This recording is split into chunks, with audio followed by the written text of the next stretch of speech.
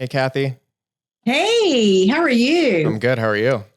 I am fantastic. Are you ready It's for a another beautiful episode? day in North Carolina. I was just about to ask, are you finally have some warm weather? I finally don't feel like I have to build an ark.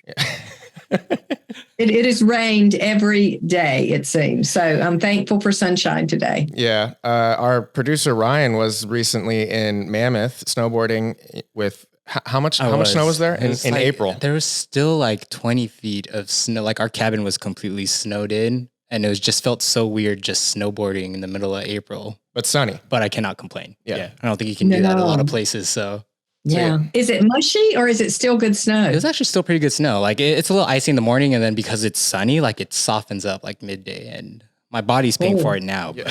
But it was great.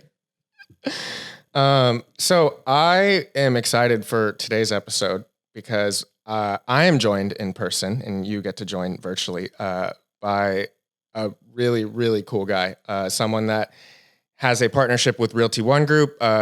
For those that are not aware, One Lux is our luxury real estate division, and Kofi Nartey is our trainer for One Lux, among a number of other things. And so we are joined by him, and we get to have some great conversation. Are you ready, Kathy? I am ready, and I'm so thankful for him because Taylor's done such a magnificent job of making sure we could get him. He was so in demand with the participants, and I'm very confident. Kofi, I want to thank you because I'm very confident that our adoption rate has been what it is. It's because of your leadership and what a great. I'd rather not say trainer. I'd just rather say magician, just to get these people to do what they need to do to step into a market that many of them are uncomfortable with. So thank you. Without further ado, the nation's leading authority on celebrity and luxury real estate, Kofi Nartey. Welcome. Hello. Thanks for having me. So thank you. Let's get into it. Where do you want to start? Wherever you want to start. I'm ready. I had some coffee this morning. All right. Tell us a little bit about yourself. Start there. All right. Let me see. Origin story. Is that what we're doing? Yeah. When I was bitten by a spider? Yeah. All right. Let's go. So long story short, kind of working backwards. I've been in real estate for 20 years. I grew up in Southern California. My dad's from West Africa. So I've got some West African work ethic. But he came here, went to school, and ended up growing up in the LA area. Okay. And born in Seattle, so I'm still a Seahawks fan. Kind of fast forward, I went to Berkeley, played football there, had a shot with the Raiders. They were in Oakland at the time. Got hurt in my first game of my first season with them, which is kind of crazy. Yeah. But, as they say, had a cup of coffee in the league, touched the wall, if you will, came back to LA, and I did acting for 10 years. So I did, everything from Modern Family to True Blood to a movie called Kick-Ass, Fast and Furious. Had an amazing. You were in Kick-Ass? I was in Kick-Ass. Oh, we got to talk about this. Hey, I played a character named Razul. So if you want to see me die in a movie, just go to YouTube, put Kick-Ass Razul, Rasul. You will see me die. But got into real estate in 2003. So I got my license in 2003, my broker's license in 2006, and quickly realized that everybody in LA was either an actor or a real estate broker, and I was both. So I needed to have a specialization, right? And I started with condos and townhomes because I owned a townhome at the time, and quickly realized I want to level up my skills, my ability, my price points into luxury. So I decided to focus on luxury, but more specifically, sports and entertainment clients. Okay. Whew, that's a lot, Kathy. I told you we're going to talk fast. We're going to get a lot in. Let's go. I told him we only have 20 to 25 minutes, so we're gonna get a lot in right now. That's it. All right. I wish Mark Pessin was here for so many reasons. I mean, the Raiders. I know. The whole, you guys growing up in the same town. He's going to be very jealous. Just saying. There you go. My initial first question, and Kathy, jump in whenever you want. You said you got your license in 2006. License 2003, broker's license 2006. Broker's license 2006. So 2008, obviously. Yes. How was that? Interesting. Yeah. There were a lot of changes, and it was even part of the reason I got my broker's license. I was working with a very small independent firm, and they did mortgages and they also did sales, but they focused more on the mortgage side. And when things started to collapse, they downsized. And I realized, okay, this is the time for me to either spread my wings and figure this out or downsize and collapse with them. So I spread my wings and figured it out, got my broker's license, and that's when I opened up my own shop. Still didn't really know what I was doing, to be honest. I had 4 or 5 agents working with me. I'd spend part of the time training them and the other time keeping the lights on by doing deals. and they would ask me a question about a contract, and I would Google it. Or I would use this thing that had this thing called form trainers, where you could roll your mouse over the part of the form and it would explain it. So I'd be on the phone, rolling my mouse over it, explaining it to them. But it forced me to learn fast and learn a lot. And you know, I have an acronym for FAIL, which is find all important lessons. And I failed a lot.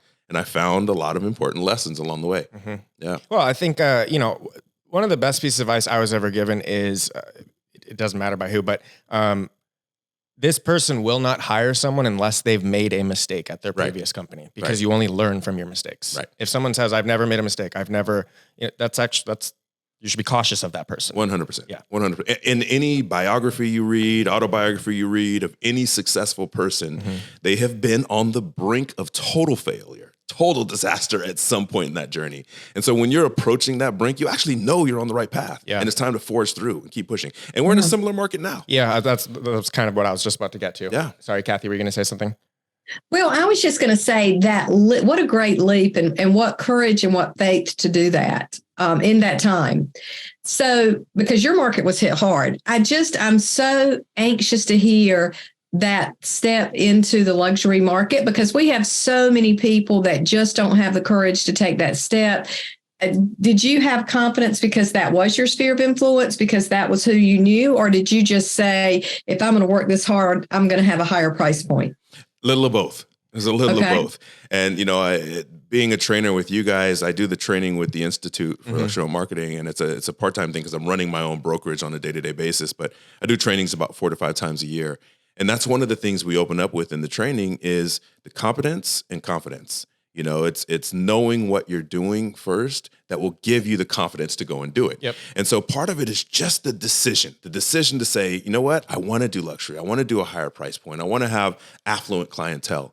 If you want to do that, you need to learn the ins and outs and nuances of working with that clientele. You need to build a brand around it. And then you also need to figure out, how do you reach these people? When you do reach them, how do you service them? When you do service them, how do you wow them, right? And keep them coming back and referring people. And those are all things that we actually do cover in the training, and things that, you know, I've figured out to a certain extent along the way, and I'm always still learning better ways to do it. Totally. And to plug, we do have one of those trainings coming up, I believe, don't we? We have several. Yeah, Realty One has several trainings coming up. I'm also doing a training October 5th. Okay. It's going to be another Institute training that I'll be doing. If you go to luxuryrealestateclass.com, I couldn't believe I got that URL for my class. Luxuryrealestateclass.com. You can sign up. It's the Institute training. It'll qualify you for One Lux as well. And but it's a great time. Just like, you know, that time in the market when things were shifting, this time in the market, you know, I kind of called it almost a year and a half ago.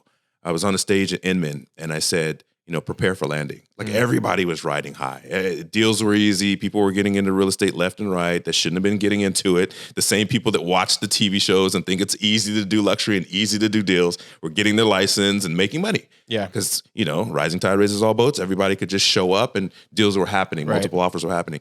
But when you have that, you know there's going to be some sort of correction. There's going to be some sort of slowdown or softening. We didn't know it was going to hit this hard and this fast. But I said it then. I said, prepare for landing. And we've landed.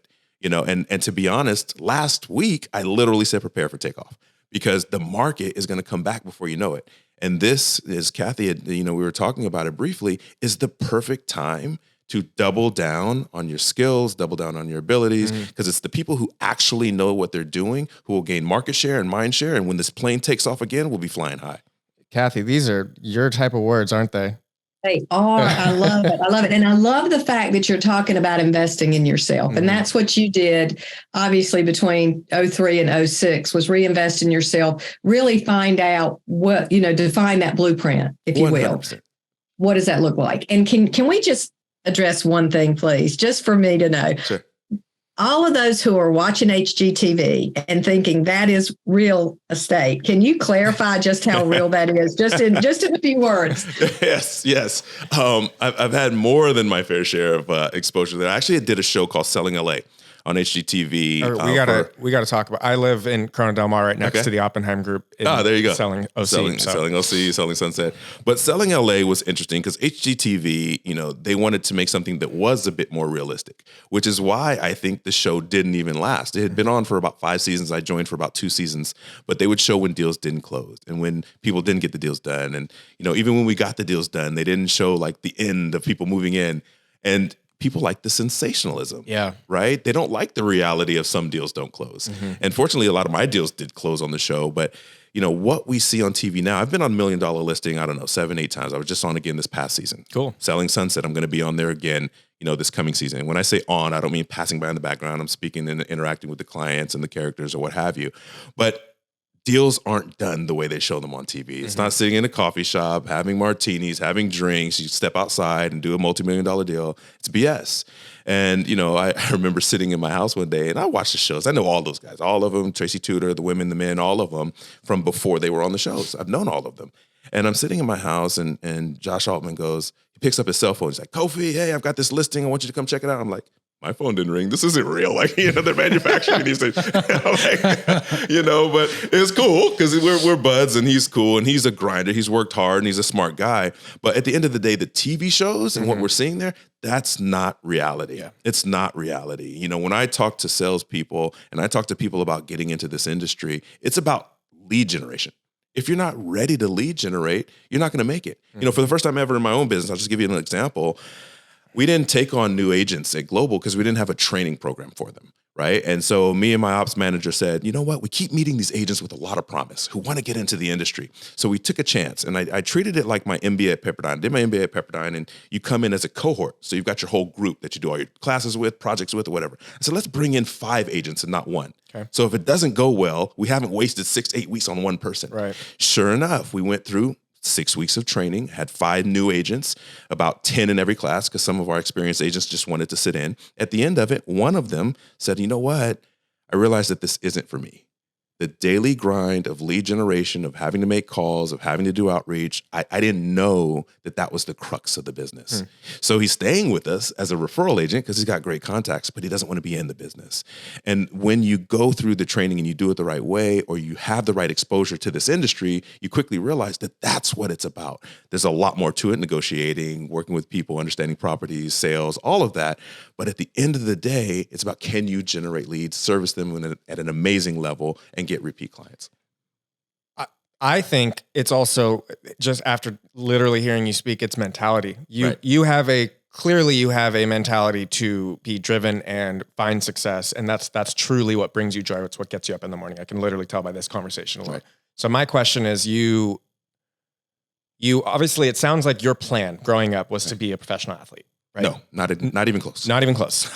Not even close. So that happened because of hard work and determination. Hard work, determination, and the opportunity showed up. Remember, I said my dad's from Ghana. Yeah. So West African dad has nothing to do with you're going to grow up to be an athlete. You're going to grow up to be a professional. Okay. So, I went through school. I was in the highly gifted magnet programs, and I was a straight A student, and I was in AP courses, and I got academic scholarships before I got, athletic scholarships. And I thought I was going to do engineering. At a certain point, I thought maybe I'll be a lawyer. And then I was like, I'm going to be an engineer like my dad. And I went to Cal, went to Berkeley. And that was part of the reason that I chose Berkeley. Wanted to get a little bit away from LA, but not too far. But I sat in on some of those, engineering courses early on after practice at 5 a.m. and trying to keep myself awake while the other students had been sleeping all night and were ready to just do academics all day. And there was just no way. There was no way to really keep up. So I shifted gears and I did my bachelor's in business administration and then ultimately went back to school and did my MBA. But for the professional sports piece, it showed up probably my junior year at Cal. I was like, I'm pretty damn good at this, and there's an opportunity to take it to another level. Got it. And, it was in that moment that I even doubled down on my work ethic there. I had already worked hard. I was one of those guys who would show up early and stay late for practice, and I had a group of buddies that we would all do the same thing. So we drove each other. But that's when we doubled down on it, and I got a shot. I had a shot and went to the Raiders, got picked up as a free agent wide receiver, and my highlight of my NFL career is lining up against Deion Sanders. That was kind of funny. He was with the Cowboys at the time. So cool. Yeah. Long story short, he didn't even look at me. He didn't even take me seriously. I'm like, Deion is in front of me. I'm about to go. He was just sitting there relaxed, like wherever you go, I'll meet you there because I'm faster than you. Yeah, that's cool. Kind of what happened. I mean, I'm inspired right now just chatting with you though, because it sounds like your mentality your entire life has been chasing success. Yeah, it's how I'm wired, and there's something more to learn every day. As Kathy was mentioning, it's a great time to double down. And you asked me if I wanted to hop on Zoom to do this or to drive to the studio. Your studio is about an hour and a half from me. Yeah. And I said, I'm going to come down. And the number one reason that I said I was going to come down is it gives me drive time, which gives me time to listen to something to empower myself. So every morning I listen to a podcast. I've been committed since last year. So all of last year, every morning I have about a 35-minute drive to work. I listen to a podcast or I listen to YouTube. I listen to something that's going to influence and impact and empower me in some way. And so that's what I was listening to on the way down. I was listening to another podcast because we have to fill our minds with the right type of information so that the wrong type of information doesn't seep in. So you have to talk about motivation. Life is hard. Life is challenging. This business is hard. This industry is hard. This moment in this industry is extra hard, which creates doubt. It creates cynicism. But two things can't occupy the same space at the same time. So if you can fill your mind with the right information and right tools to combat that and know that the other side of this is a better version of you and the other side of this is success and that brink of failure that every mogul has been on, every successful person has been on. If you're facing it right now, that means you might be on the right journey to get there and you just need to fight through. It takes mindset. It's the final piece of the puzzle. We talk about that so much. And Josh and I talk a lot about making sure that you're tuning in to the right things in this industry. And again, stress, please, I love that you're saying podcasts, the things that fill your mind with positive thoughts. And please don't listen to the news. Please don't listen to the negative. Because like you said, I think we're getting ready for takeoff. Yeah. I love that. Can I ask a question that I hear a lot with, realtors always want to make more money. And there are a couple of ways to do that. You can close more transactions, or you can increase your sales price.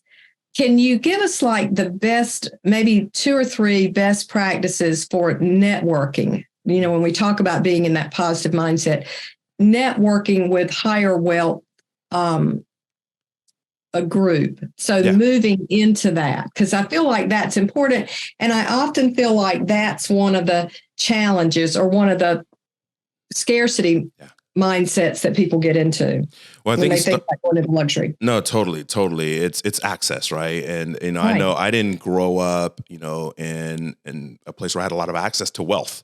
I had some limited exposure to it, but I didn't have a lot of access to it. And I think part of it is access. So no matter what market you're in, if you want to break into luxury, there has to actually be a market for luxury, and I do a lot of sports and entertainment clients. Sometimes I'll get people who say, hey, I want to break into working with athletes. And I'm like, well, where do you live? And then this town, USA. I'm like, there's no sports teams there. Like what athletes are you going to service? So there has to be, as they call in business, a TAM or total addressable market. What's the addressable market? Does it exist? Once you've identified it, you have to identify, where do I encounter those people? And ideally, where can I encounter those people on a regular basis and not a one-off? Because if it's a one-off, there's a little bit of true scarcity, one, and scarcity mindset, two, of, oh my God, I've got this person in front of me. I may not encounter them again. What do I need to say? What do I need to do to get their business? It's not how it works with the affluent clientele. Right.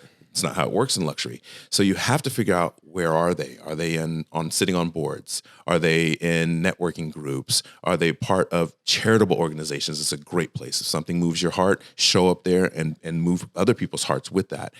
And then once you can access them, it's about being a resource and being of value versus seeking value.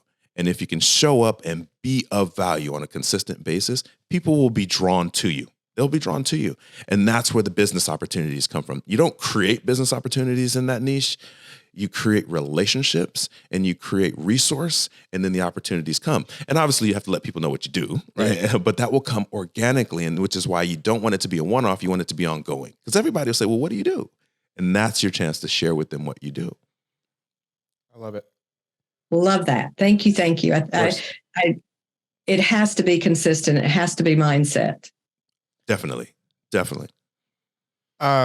As I'm like, we can obviously hear each other in the headphones, and you have such a fantastic voice. And I know we talked about this off camera. You have your own podcast, which, after this conversation, I'm going to drive home and listen to it. So do you want to kind of chat about that just really? 100%. 100%. It's called the Full Mogul Podcast. You can actually find it at fullmogul.com. So just FULL mogul, MOGUL.com. All the episodes are there.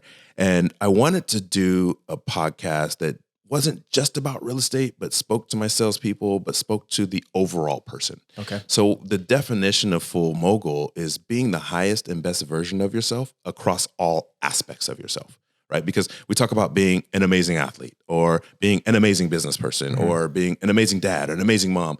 But to me, it doesn't make sense to crush it in business and your home life is crap. Totally.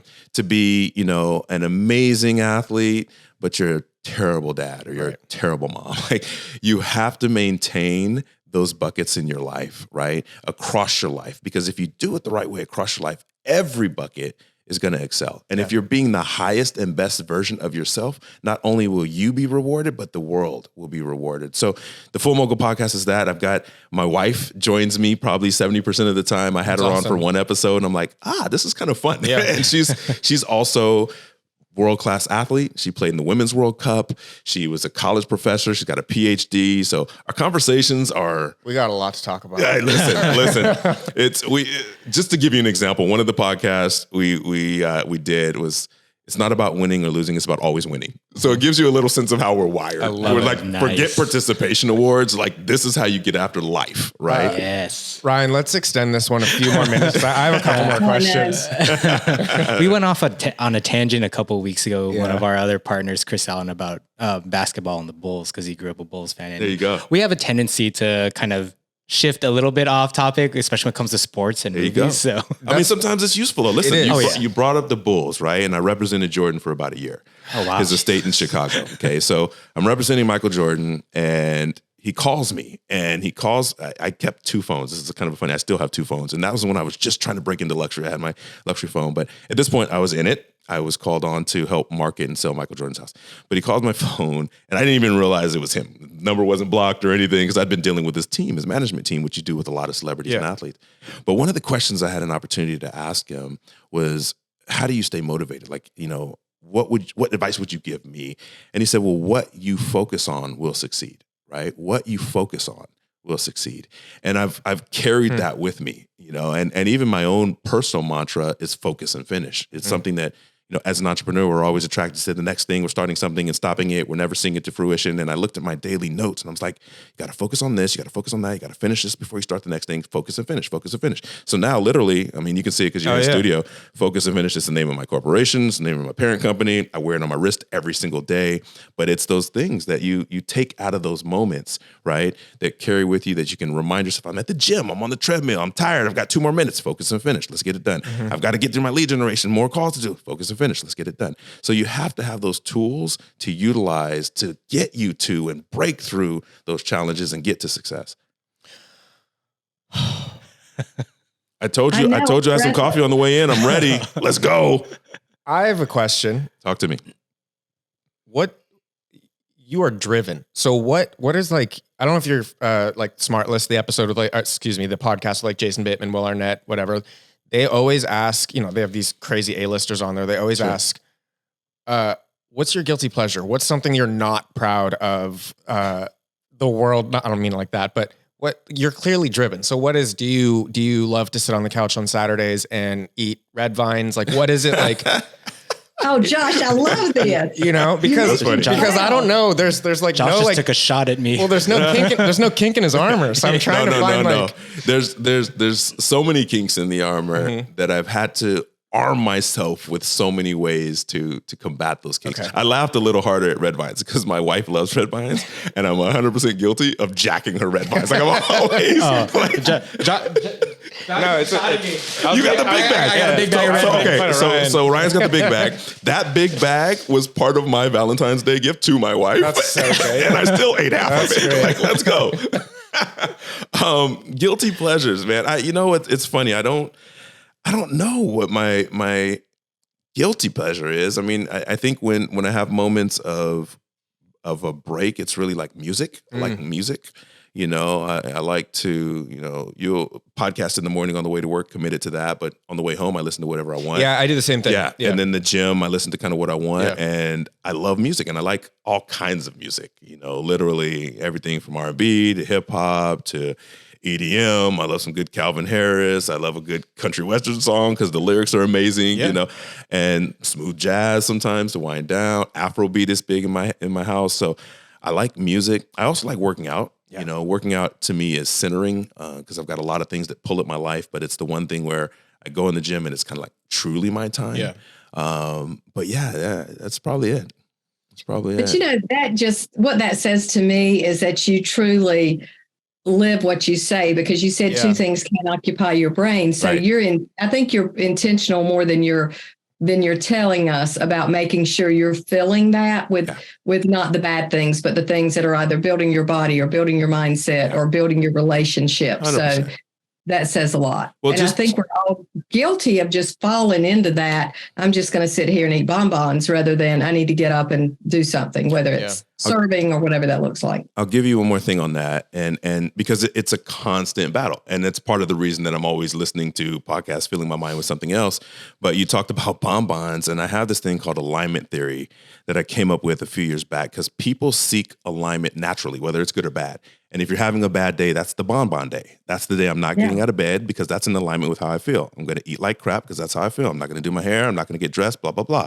But that's when you have to realign and find things that will help you realign. Wake up feeling bad or sad or depressed or whatever. Put on your best outfit. If you're, do your makeup the best. I don't have hair, but I just shave it a little closer that day. I've got to realign with the real version of myself that I know myself to be, and it'll set things back in motion. And sometimes, you have to reach out and do something for somebody else. It's another way to realign. Forget focusing on your problems. How can you bring value to somebody else? Call somebody else, check on them. Just call and say, hey, how's your day going? And if you can bring value to somebody else, it also brings you out of the funk that you're in. And you also have to recognize I'm human, which is why, in those moments of doubt or in those moments of my brain is flooded with the wrong things, I quickly try to replace it with something else, because it happens daily. It's not like I'm some sort of superhuman. No, I just have a lot of ammunition to fight back, because you have to fight back literally daily. No, I think that's a really good way of looking at it. It really is. God, there's so much more we could talk about. And I really feel bad. Do a part two. Well, that's what I was going to say. I feel bad for our listeners, because I'm sure we're going to go off camera and chat for hours, but we would love to have you back. Like, seriously. No, 100%. So once again, Kofi, thank you. Kathy, thank you as always. Thank you. Kofi, thank you for being such an incredible partner with us. We do appreciate you so much. So thank you. No, I appreciate it. And I appreciate the opportunity to pour into people, because even in the classes that I do with you guys, the feedback that I get, the questions that I get, and even sometimes ideas that I get, people are pouring back into me, and I feel that energy. So appreciate you guys having me. Absolutely. Until next time. We thank you for joining us today on another episode of One on One, a Realty ONE Group podcast. We are powered by One.U and ask if you have suggestions, recommendations, or questions, please email learning@realtyonegroup.com. And remember, pay close attention to the details, listen to understand, not respond, and always be a resource, not a sales pitch.